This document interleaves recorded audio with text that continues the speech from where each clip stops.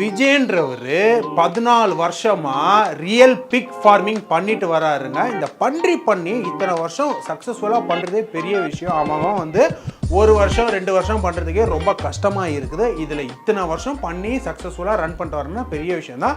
இவர் சின்னதாக ஒரு ஹைலைட் பார்த்தோன்னா, இவர் குடும்பமே பார்த்தீங்கன்னா விவசாய குடும்பம் தான். விவசாயம்லாம் பண்ணிட்டு தான் வந்தாங்க. இவர் வந்து பிஎஸ்சி மேத்தமெட்டிக்ஸ் படித்து முடிச்சு வேலைக்கெல்லாம் நான் போக மாட்டேன், விவசாயம் பண்ண போகிறேன், சொந்தமாக தொழில் பண்ணி சம்பாதிக்கலான்னும் போது விவசாயத்திலே பார்த்தீங்கன்னா எங்கே முதலீடு பண்ணலாம் அப்படின்னும் போது காய்கறி ஃப்ரூட்ஸு அப்படின்னு யோசிக்கும் போது இந்த பொலுட்ரியில் வந்து இன்வெஸ்ட் பண்ணலாம் அப்படின்னு முடிவு எடுத்திருக்காரு. அதில் இன்வெஸ்ட் பண்ண தான் இந்த பன்றி பண்ணை. இந்த பன்றி பண்ணையில் இன்வெஸ்ட் பண்ண பிறகு என்னென்ன சேலஞ்சு ஃபேஸ் பண்ணார், எப்படி போச்சு, நடுவில் பயங்கர தடங்கள் வந்திருக்கும், அதெல்லாம் கிராஸ் பண்ணி 14 வருஷம் சக்ஸஸ் ஆகிருக்காருன்னு அதை கேட்டே ஆகணும்ல. ஸோ இன்னைக்கு பார்த்தீங்கன்னா நம்மளோட டீம் வந்து அங்கே இருக்கிறாங்க ஸ்பாட்டில். ஸோ 14 இயர்ஸ் இவரோட ஸ்டோரியை எடுத்தே ஆகணும்னு அனுப்பிச்சிட்டோம். ஸோ நான் வந்து கேள்வி கேட்கும்போது கரெக்டாக உங்களுக்கு பதில் வந்துடும். ஸோ இன்னைக்கு இந்த வீடியோவில் இதை தான் பார்க்க போகிறோம். So welcome back to freedom farming Tamil. நான் தான் உங்கள் ஃபேபி. எண்ணி பாரு கொஞ்சம் ஏர்பிடிக்கும் ஆள, சோத்தில் நாம கைய வைக்க சேத்தில் வைப்பாங்கால.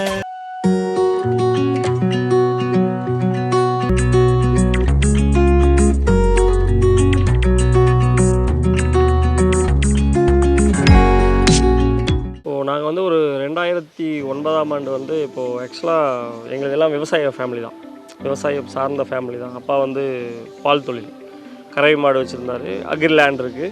நாங்கள் விவசாயம் சார்ந்த தொழில் தான் பண்ணிகிட்டு இருந்தோம்.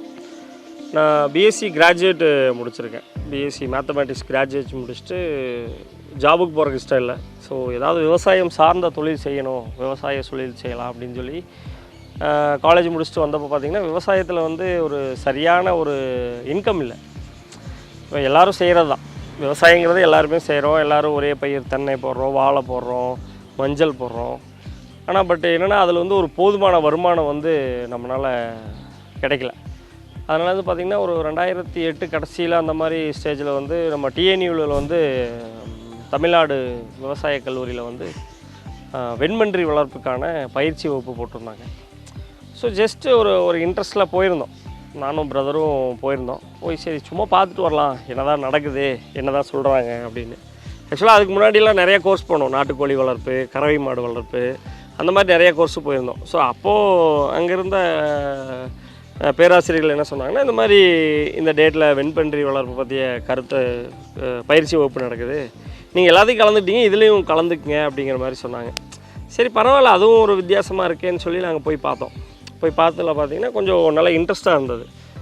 ரெண்டாவது என்னென்னா, மற்ற கால்நடை வளர்ப்புகள் எல்லாத்துலேயும் பார்த்திங்கன்னா ஆடு, மாடு, கோழி இதுலாம் பார்த்திங்கன்னா ஆடு மாடு வந்து ஒரு குட்டி தான் போடும், ஆடு வந்து 2 குட்டி தான் போடும். ஆனால் பன்றி வந்து பார்த்திங்கன்னா பல குட்டி போடும். ஸோ இந்த ஒரு கான்செப்ட் வந்து மைண்டில் ஸ்ட்ரக் ஆச்சு. மற்ற கால்நடைகளுக்கு வந்து உங்களுக்கு இடுபொருள் தீவனம் வேணும், ஆட்கள் ஜாஸ்தி தேவைப்படும். ரெண்டாவது உங்களுக்கு வந்து பார்த்திங்கன்னா தீவன மேலாண்மை வந்து ஜாஸ்தி பிடிக்கும். மாடெல்லாம் பார்த்திங்கன்னா ஒரு நாளைக்கு குறைஞ்சது ஒரு 20-25 கிலோ தீவனம் தேவைப்படும். பச்சைப்பில் 20 கிலோ தேவைப்படும், கலப்பு தீவனமெல்லாம் தேவைப்படும். இதெல்லாம் கால்குலேட் பண்ணி பார்க்கல வந்து பிக் ஃபார்மில் வந்து ஒரு நல்ல ஒரு ஸ்கோப் இருக்கிற மாதிரி தெரிஞ்சுது. ப்ரீடிங் பண்ணும்போது நிறைய சேலஞ்சஸ்லாம் நம்ம கேள்விப்பட்டிருக்கோம். இன்டர்நெட்டில் நாங்கள் படிக்கிறோம், இல்லை வீடியோஸ் பார்க்கும்போது வந்து ரொம்ப கஷ்டம், அவ்வளோ ஈஸி இல்லைன்னு சொல்கிறாங்க. நீங்கள் இத்தனை வருஷம் பண்ணுறீங்கன்னா கண்டிப்பாக எக்ஸ்பீரியன்ஸ் இருக்கும். ஸோ அதை பற்றி நீங்கள் என்ன சொல்கிறீங்க? மன்னுத்தி யூனிவர்சிட்டி, கேரளா மன்னுத்தி யூனிவர்சிட்டிலேருந்து மேல் எடுத்துகிட்டு வந்து மேட் பண்ணி ப்ரீடிங் பண்ண ஆரம்பித்தோம். அன்றைக்கி தான் ஃபஸ்ட்டு ப்ரீடிங்காக ஸ்டார்ட் பண்ணோம். அதில் வந்து பார்த்திங்கன்னா ஃபஸ்ட்டு டைம் வந்து நிறைய அதில் வந்து ஒரு அபார்ட் ஆகிறது, விட்டமின்ஸ் மினரல்ஸ் எல்லாம் பற்றாக்குறையினால் குட்டி இறப்பு, நிறையா ஸ்ட்ரகிள்ஸ் வந்து வந்துகிட்டே இருந்தது. அதுக்கப்புறம் சில டாக்டர்ஸு அப்புறம் இதை பற்றி நிறைய கற்றுக்க ஆரம்பித்தோம்.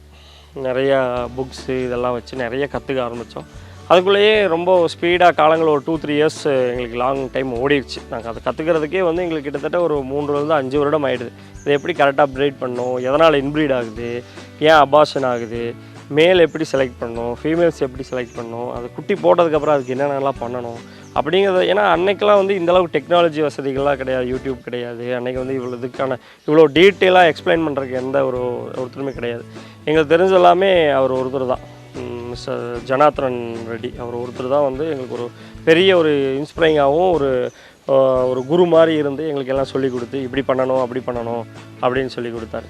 அதுக்கப்புறம் 5 இயர்ஸ்க்கு அப்புறம் தான் எங்களுக்கு வந்து நல்ல ஒரு டாக்டரும் கிடச்சார். டாக்டர் ராஜன் சொல்லிட்டு கேரளா கொளஞ்சாம்பாறை டாக்டர். அவர் தான் வந்து ஆக்சுவலாக நடுவில் வந்து எங்களுக்கு அந்த 5 இயர்ஸில் ஸ்டார்டிங்லேயே வந்து ஒரு சின்ன out breaking swine fever attack ஆகிடுச்சு. நாங்கள் வந்து அப்போது கொஞ்சம் பத்தாதுன்னு சொல்லி வெளியே இருந்தாலும் குட்டி நிறையா ஃபார்ம்லேருந்து கலெக்ட் பண்ணிட்டு வருவோம். போய் 6 மாதத்துக்கு ஒருக்கா பர்ச்சேஸுக்கு போவோம். ஏன்னா எங்களுக்கு குட்டி வேணுமே வளர்த்துருக்கு, நம்ம ப்ரீடிங் அப்போ செட் ஆகலை. அப்போ அந்த மாதிரி போகிறப்போ வேறு ஒரு ஃபார்மில் ப்ராப்ளம் இருந்தது. எங்களுக்கு ப்ராப்ளம் வந்து அங்கேருந்து எங்ககிட்ட வந்துடுச்சு. ஸோ அப்போ என்னாச்சுன்னா எல்லா பழைய ஸ்டாக்குமே எங்களை அவுட் பிரேக் ஆகிடுச்சு. அந்த வாங்கிட்டு வந்த குட்டிகள்லாம் அவுட் பிரேக் ஆகிடுச்சு. எங்கிட்ட இருந்த பழைய ஸ்டாக் எல்லாமே கொஞ்சம் கொஞ்சம் சின்ன எஃபெக்ட் ஆச்சு. அதை வந்து அதுக்கப்புறம் தான் அவர் டாக்டர் ராஜன் சொல்லிட்டு ஒருத்தர் எங்களுக்கு அறிமுகமானார், ஒரு நண்பர் மூலிமா. அவர் வந்து தான் எங்களுக்கு கைட் பண்ணி ஒரு கிட்டத்தட்ட 1 months ரெகுலர் ட்ரீட்மெண்ட் பண்ணி எல்லா அனிமல்ஸ் எல்லாம் ரெடி பண்ணி கொடுத்தாரு. அதுக்கப்புறம் தான் தெரிஞ்சுது பயோசெக்யூரிட்டினா என்ன, நம்ம ஒரு ஃபார்ம்லேருந்து பர்ச்சேஸ் பண்ணிட்டு வரையில் அதை எப்படி நம்ம கொண்டு வரணும் அப்படிங்கிற சில முக்கியமான தகவல்லாம் எங்களுக்கு கிடச்சிது. அதுக்கப்புறம் ரொம்ப சீரியஸாகவே என்ன பண்ணணும்னா நம்ம ப்ரீடிங் பண்ணி சக்ஸஸ் பண்ணணும்னு ரொம்ப தீவிரமாக நானும் பிரதரும் வந்து சேர்ந்து ரொம்ப நிறைய பக்கம் ட்ராவல் பண்ணோம், நிறையா ஃபார்முக்கு போனோம், நிறையா பேர்த்த பார்த்தோம், நிறைய கற்றுக்கிட்டோம். அதுக்கப்புறம் தான் ஒரு ஒரு ஒரு ஒரு 5 இயர்ஸ்க்கு அப்புறம் தான் எங்களுக்கு ஒரு தெளிவான ஒரு முறை கிடச்சிது. இப்படி தான் பண்ணணும், இப்படி தான் மேல் இருக்கணும், இப்போ தான் ஃபீமேல் இருக்கணும், இப்படி டெலிவரி ஆகிறப்ப இதெல்லாம் பண்ணணும் அப்படின்னு ஒரு ஒரு வரைமுறை கிடச்சிது. சார் இப்போ வந்து 10 லட்ச ரூபா நாங்கள் வந்து முதலீடு பண்ண ரெடியாக இருக்கோம் அப்படின்னும் போது எப்படி ரிட்டர்ன்ஸ் எடுக்கலாம், ப்ராஃபிட் எந்த அளவுக்கு இருக்கும்னு நீங்கள் சொல்லுங்கள் சார். சார் இப்போது நீங்கள் எடுக்க முடியும்னா சடனாக நம்ம இன்றைக்கி ஒரு 10 லட்ச ரூபா உள்ளே போடுறோம், ஒரு 6 மாதத்தில் 10 லட்ச ரூபா எடுத்துடலான்ட்டுலாம் இந்த ஃபீல்டில் பண்ண முடியும். நீங்கள் கேபிட்டல் இன்வெஸ்ட்மெண்ட் ஒரு 10 lakh பண்ணிட்டீங்கன்னா அதிலிருந்து ஒவ்வொரு பேட்சில் இருந்தும் தான் ஒரு மினிமம் ஒரு 3 to 5 years அது ஆகும். இதில் நீங்கள் போட்ட டோட்டல் கேபிட்டல் இன்வெஸ்ட்மெண்ட் எடுக்கிறதுக்கு என்ன காரணம்னா நீங்கள் ஒவ்வொரு டைமும் பிக்லெட் வாங்குறீங்க. ஸோ அந்த பிக்லெட் காஸ்ட் இருக்குது, அதுக்கான தீவன செலவு இருக்குது, லேபர் இருக்குது, மெயின்டெனன்ஸ் இருக்குது, அன்னைக்கு மார்க்கெட் இருக்குது. ஸோ மார்க்கெட் வந்து அப்ஸ் அண்ட் டவுன்ஸ்னால சொன்ன பார்த்தீங்களா, கொரோனாக்கு அப்புறம் ஏஎஃப்எஸ்லேருந்து இப்போ கிளியர் ஆகிருக்குது. ஸோ இந்த 2-3 இயர்ஸ்லேயே வந்து பார்த்துட்டிங்கன்னா ஒரு சடனாக மார்க்கெட் ஒரு 130லேருந்து 90க்கு வந்து மறுபடியும் 90லேருந்து 125 130க்கு போயிருக்கு. ஸோ இந்த வேரியேஷன்ஸ் வந்து இருந்துகிட்டே தான் இருக்கும். இன்றைக்கி மார்க்கெட்டுக்கு பிக்லெட்டோட காஸ்ட்டு ஜாஸ்தி, அனிமல் பர்ச்சேசிங் காஸ்ட்டும் ஜாஸ்தி இருக்குது. இதே வந்து கொஞ்ச நாள் கழிச்சு பார்த்திங்கன்னா பிக்லெட்டோட காஸ்ட் வந்து பெருசாக குறையிறதுக்கு வாய்ப்பு இல்லை. ஏன்னா ப்ரீடிங் அனிமல்ஸ் இல்லை, அதனால் பிக்லெட் காஸ்ட் குறையாது. திடீர்னு நீங்கள் பிக்லெட்ஸ் இன்றைக்கி வாங்கிட்டீங்க, 6 மாதம் கழிச்சு பண்ணி விற்கிறப்ப அன்றைக்கி ரேட் கம்மியாகிடுச்சு அப்படின்னா ப்ராஃபிட் லாஸ் இல்லாமல் பேலன்ஸ்டாக கூட போகலாம்.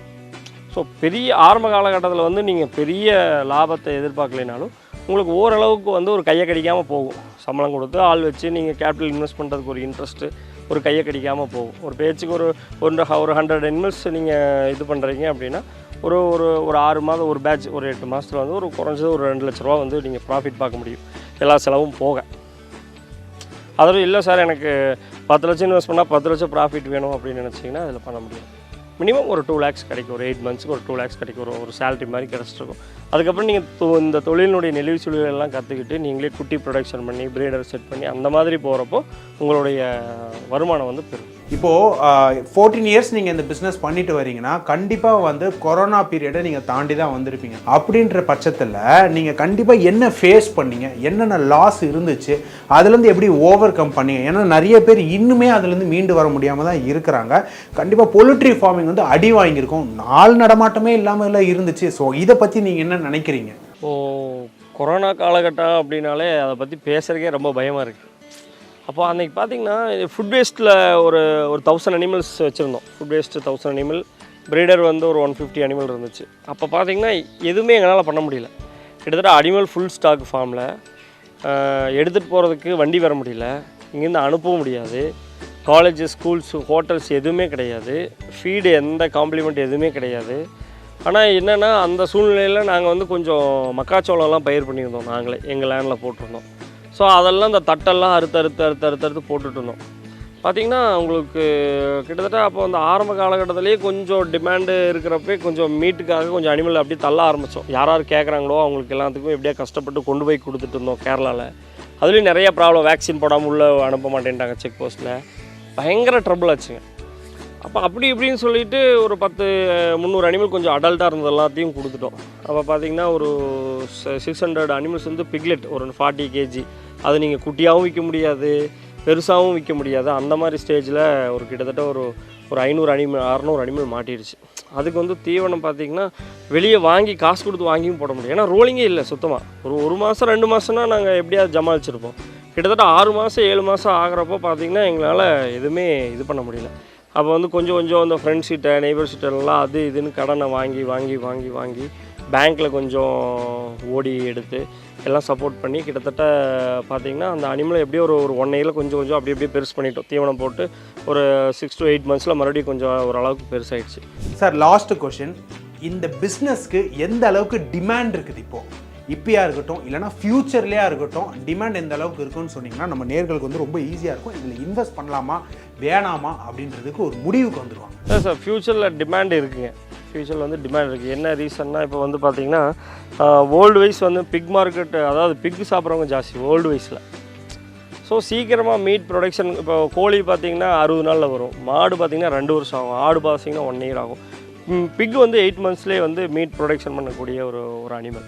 ஸோ மீட்டோட தேவைகள் வந்து நாளுக்கு நாள் அதிகமாகிட்டு இருக்குது. அதுக்கு ஆஃப்டர் கொரோனா வந்து கறி சாப்பிட்றவங்களுடைய எண்ணிக்கை வந்து ஜாஸ்தி ஆகிடுச்சு. ஸோ அதனால் மீட்டுக்கு டிமாண்ட் இருந்துட்டு தான் இருக்குது. அதனால் ஃப்யூச்சரில் வந்து கண்டிப்பாக டிமாண்ட்ஸ் இருக்கும். ரேட்ஸும் முன்ன பின்ன வேரியேஷன் ஆகலாம், விலை வந்து கொஞ்சம் மாறுபடலாமே தவிர டிமாண்ட் வந்து இருக்கும். அதனால் தாராளமாக பண்ணலாம். மெயினாக நல்ல புரிதல் இருக்கணும், நல்ல கற்றல் இருக்கணும். இந்த 2ஐயும் கற்றுக்கிட்டு புரிஞ்சுக்கிட்டு தொழில் பண்ணாங்கன்னா அவங்க சக்ஸஸ் ஆகலாம். அரைகுறையாக கற்றுக்கிட்டு அடுத்தவங்க பேச்சை கேட்டாங்கன்னா தான் அந்த லாஸஸ் வராது. ஸோ அந்த புரிதலும் கற்றலும் இருந்ததுன்னா கண்டிப்பாக சக்ஸஸ் ஆகும். ஸோ கைஸ், இந்த எபிசோடோட எண்டுக்கு வந்தாச்சு. ஸோ கண்டிப்பாக பார்த்தீங்கன்னா இந்த விஜயன் சாருக்கு ஒரு பெரிய கங்க்ராச்சுலேஷன் தான். ஏன் அப்படின்னு பார்த்தீங்கன்னா கோழி பண்ணையாக இருக்கட்டும், ஆட்டு பண்ணையாக இருக்கட்டும், மாட்டு பண்ணையாக இருக்கட்டும், பன்றி பண்ணையாக இருக்கட்டும், எது ஆரம்பித்தாலும் நம்மளுக்கு முதலீடு போட்ட பிறகு ரொம்பவே கஷ்டமாக இருக்கும். நிறைய பேர் நடுவுலேயே பிஸ்னஸை க்ளோஸ் பண்ணிட்டு போயிருப்பாங்க, நிறைய பேர் தெரியாமல் அந்த பிஸ்னஸை ஆரம்பித்து மூடிட்டு போயிருக்காங்க.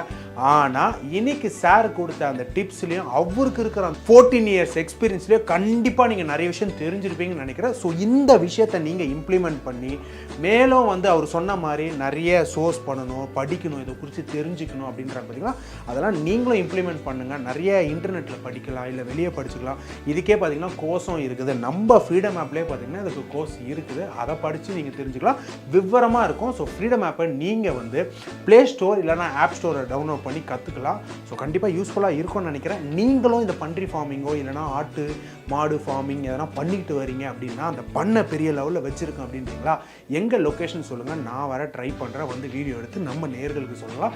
இல்லை நீங்கள் என்னென்ன சேலஞ்சஸ் ஃபேஸ் பண்ணீங்க, எனக்கு வந்து சக்ஸஸ் ஸ்டோரிக்குன்னா தயங்காமல் கமெண்ட் செக்ஷனில் டைப் பண்ணி சொல்லுங்கள். ஸோ மறக்காமல் ஃப்ரீடம் ஃபார்மிங் தமிழில் சப்ஸ்கிரைப் பண்ணிவிடுங்க. அண்டு இந்த வீடியோவை ஷேர் பண்ணுங்கள் மற்ற விவசாயிகளுக்கும். நியூவாக இன்வெஸ்ட் பண்ண போகிறேன், பிஸ்னஸ் பண்ணணும்னு நினைக்கிறவங்க ஷேர் பண்ணிங்கன்னா யூஸ்ஃபுல்லாகவே இருக்கும். ஸோ இதே மாதிரி ஒரு சூப்பர் எபிசோட் நான் உங்களை சந்திக்கிறேன். Bye from ஃபேபி.